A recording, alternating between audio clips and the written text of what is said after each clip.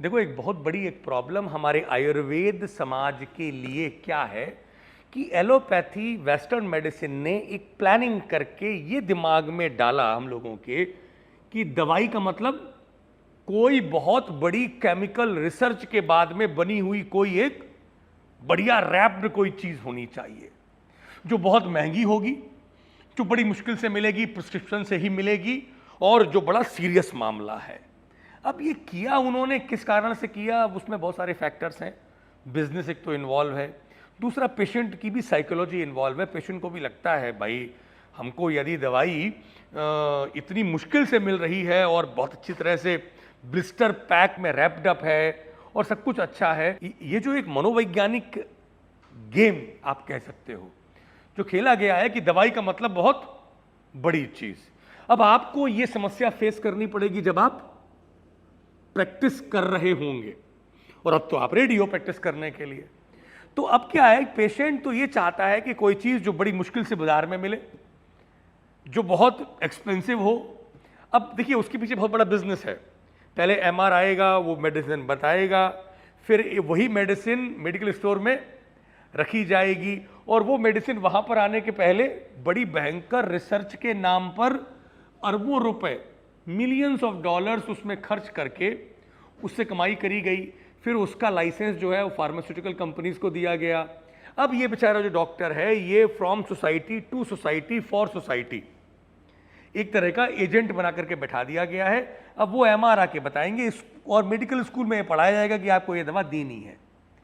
अब आपके जो आयुर्वेदिक मेडिकल अप्रोच है उसमें उन्होंने ये बिजनेस का फैक्टर कभी रखा नहीं है। यहां सीधा सिद्धांत है कि नेचर की किसी भी चीज को आप औषधि के रूप में प्रयोग कर सकते हो। अमंत्रम अक्षरम नास्ति, अनौषधो वृक्षो नास्ति, अयोग्यो पुरुषो नास्ति, योजकः तत्र दुर्लभः। अनौषधो वृक्षो नास्ति, अमंत्रो अक्षरम नास्ति, ऐसा कोई अक्षर नहीं है जिसको आप मंत्र ना बना सके, और ऐसी कोई भी पेड़ नहीं है जिसको आप औषधि के रूप में प्रयोग न कर सको। मतलब everything can be use as a medicine हमारे यहाँ। और अयोग्य पुरुषो नास्ति, आप लोग भी अयोग्य नहीं है, कोई भी अयोग्य नहीं है। उसको योग्य बनाने वाला जो योजक है वो दुर्लभ है। खैर हम लोग यहाँ आते हैं। हमारे यहाँ गर्म पानी तक को औषधि के रूप में यूज किया गया है। अब यहां पर जो गर्म पानी का जो खेल है वो समझो। एक तो गर्म पानी जो है वो दो तरह से है, एक गर्म पानी गरम गरम, और एक गर्म पानी जो ठंडा किया गया है। जो गर्म पानी गरम गरम है वो उष्णोदकम निशि, वो निशि माने रात के लिए ही प्रिस्क्राइब्ड है।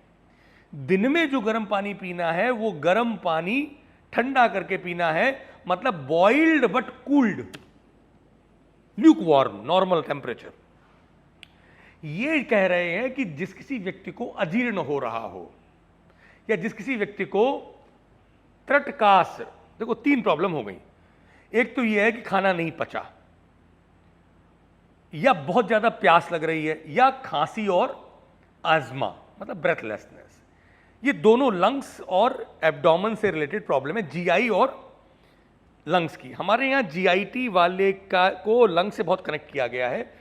जिस किसी का भी पेट खराब होगा उसको लंग्स की प्रॉब्लम आज नहीं तो कल होनी है, ये आयुर्वेद का सिद्धांत है बेटे, ठीक है।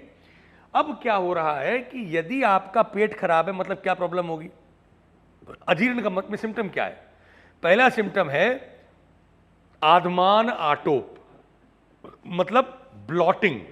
जब आप उसको टैप करोगे तो आपको गैस वहां पर है, और भयंकर उद्गार आना गैसेस का, और नीचे से भी बहुत ज्यादा फ्लेटस का फॉर्म होके मूव करना, या ब्लॉक हो जाना, मतलब पेट फूलना और खट्टी खट्टी डकारें आना, समझ रहे ना। एसिडिटी, यदि पित्त जुड़ गया इसमें तो वो गैस्ट्राइटिस हो जाएगी, एसिडिटी हो जाएगी, और वायु है तो बहुत गैस बनेगी, और कफ है तो बड़ा भारीपन पेट में लगेगा, अलसक, एज इफ कि जैसे कोई चीज वहां पर आलसी होकर के पड़ी हुई है, मूव नहीं कर रही है। ऐसी स्थिति में दवाई कोई काम नहीं करती है, चाहे वो कोई भी वेस्टर्न मेडिसिन हो।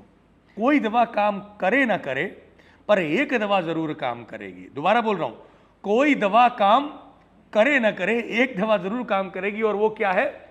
उष्णोदक। गर्म पानी जब आप दोगे रात में, देखिए रात में ही हाईएस्ट प्रॉब्लम होती है जिनका पेट खराब होता है, या जिनको लंग्स में प्रॉब्लम होगी उनको भी अस्थमा वगैरह रात में एग्रीवेट होता है, खांसी भी रात में एग्रीवेट होती है।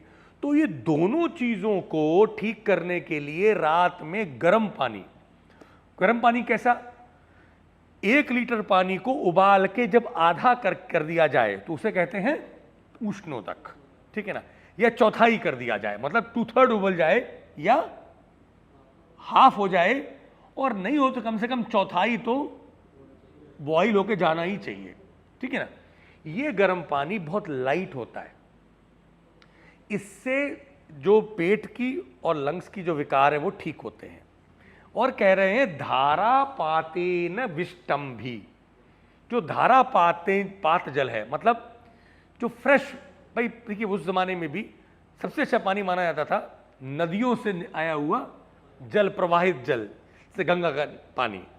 लोग सुबह क्या करते थे, सब लोग नदियों पे जाते थे, मटकियों में पानी भर के लाते थे, उसको धारापात मतलब धारा से चलता हुआ जो पानी है, स्टेगनेंट वाटर को तो लिए ही नहीं जाता था, मूविंग वाटर को लेते थे या कुएं के पानी को लेते थे। तो जो धारापात है जो है, और जो आप धारा की तरह से आपने को जो मिल गया है वो विष्टम भी है, मतलब बहुत डिफिकल्ट टू डाइजेस्ट है, आगे लिख भी दिया है दुर्जरम, हैवी होता है विष्टम्भी का मतलब, और वायु को ब्लॉक करता है।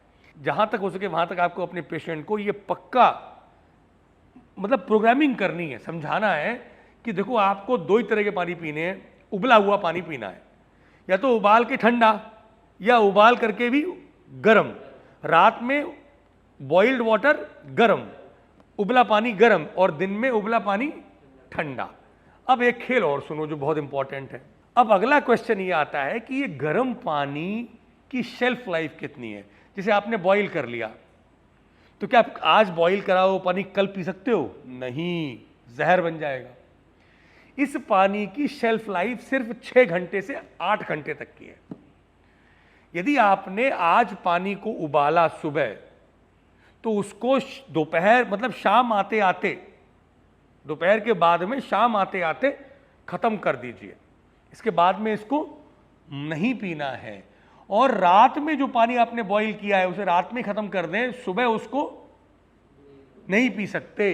दिवा श्रतम तु यत् तोयम रात्रौ तत् गुरुता व्रजेत, जो दिन में गर्म करके ठंडा, श्रतम मतलब जो गर्म उबाल के ठंडा किए हुए पानी को श्रत जल कहते हैं, वो रात्रि को यदि पिएंगे तो वो खराब है, उसको व्रजेत, उसको छोड़ देना चाहिए, क्योंकि वो गुरु हो जाता है, हैवी टू डाइजेस्ट। रात्रौ श्रतम तु दिवसे गुरुत्वम अपि अधिगच्छति, जो रात को जो उबला हुआ पानी है, जो ठंडा करके रखा है आपने, उसको भगोने में ढक करके भले ही रखा हो, सुबह वो नहीं पीना है। यद्यपि आप त्रिफला के पाउडर को डाल के या धनिया के पाउडर को डाल के जो आप बनाते हो वो मेडिसिन है, that is a different thing, वो हिमफांट की कैटेगरी में आ गया। लेकिन ये पानी, only water should be avoided.